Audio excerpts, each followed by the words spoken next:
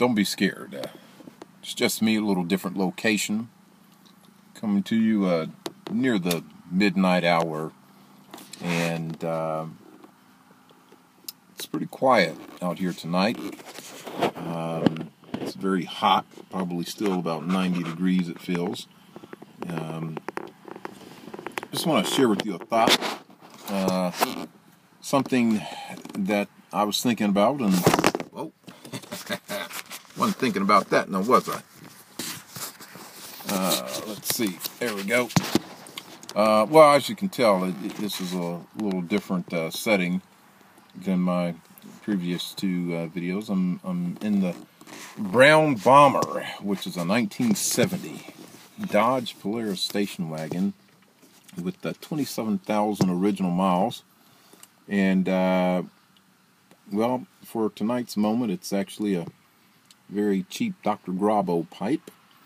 You know, I needed cheap pipe just to keep around when I work out in the yard, and you know, it's just part of the pipe collection. So yeah, it gets the job done.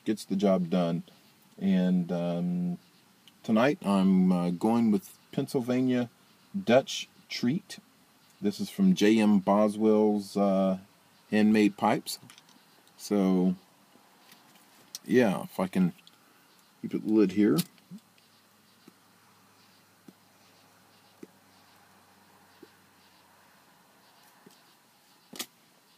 Alright, so I want to get back to that thought.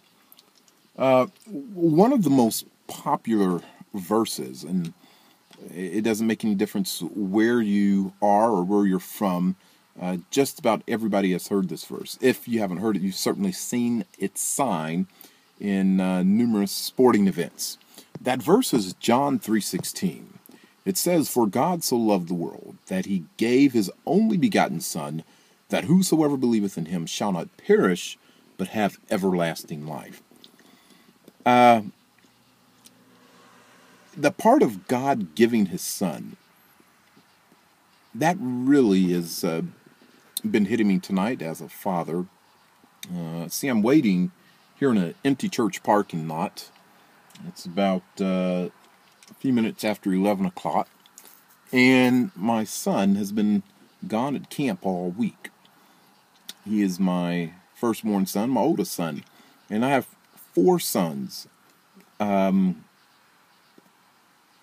him away for a week, I miss him. I missed him the first few minutes he was gone, actually, when we dropped him off at church, and actually my wife did, and but that morning, as I was saying goodbye, I really, really missed him, and I knew where he was going.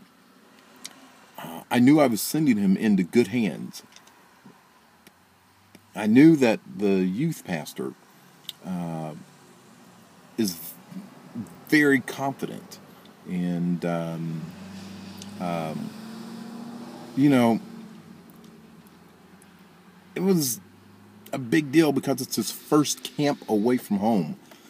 So to send him out like that, I was a little bit nervous, but you know, mainly I really missed the little guy, and he was only gone 5 days.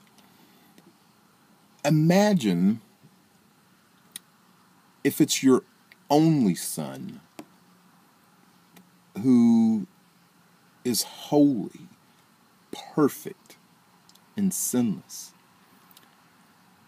and you're sending him into a world that you know is going to despise him, reject him, spit upon him, insult him, beat him, falsely accuse him, and then eventually kill him by nailing him to a cross.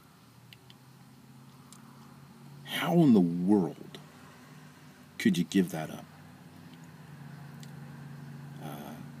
It's difficult in this first-time experience just to see my son go away for 5 days in good hands. Man, what must it have felt like for God to give his only begotten Son into the hands of sinful men.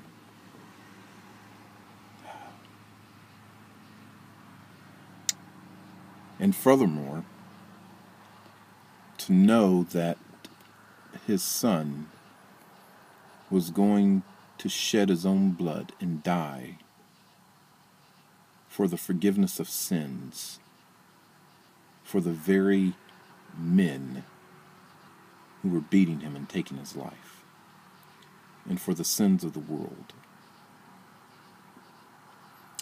I can't comprehend it. The only thing I know is John 3:16 says, "For God so loved the world that he gave his only begotten Son."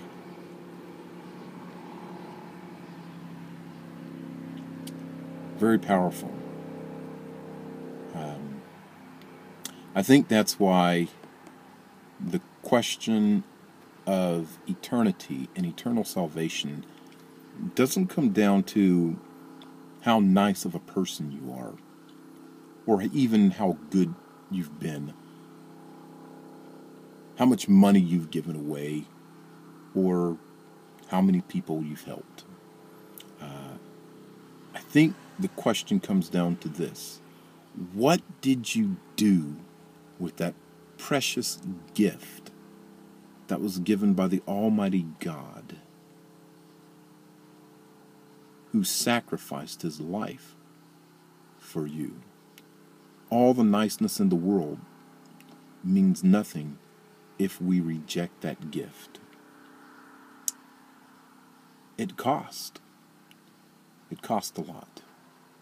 Even as we mentioned in the devotional about the 4th of July, the sacrifices of men and women who have served this country so that we could have freedom and so that our flag could wave high, that was paid for by a price. And even so, our salvation and the opportunity for salvation has been paid with even a greater price. For it was God's own Son who gave his life for us.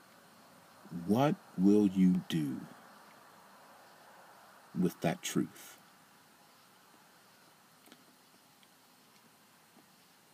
Thanks for joining me. This is Once Upon a Pipe.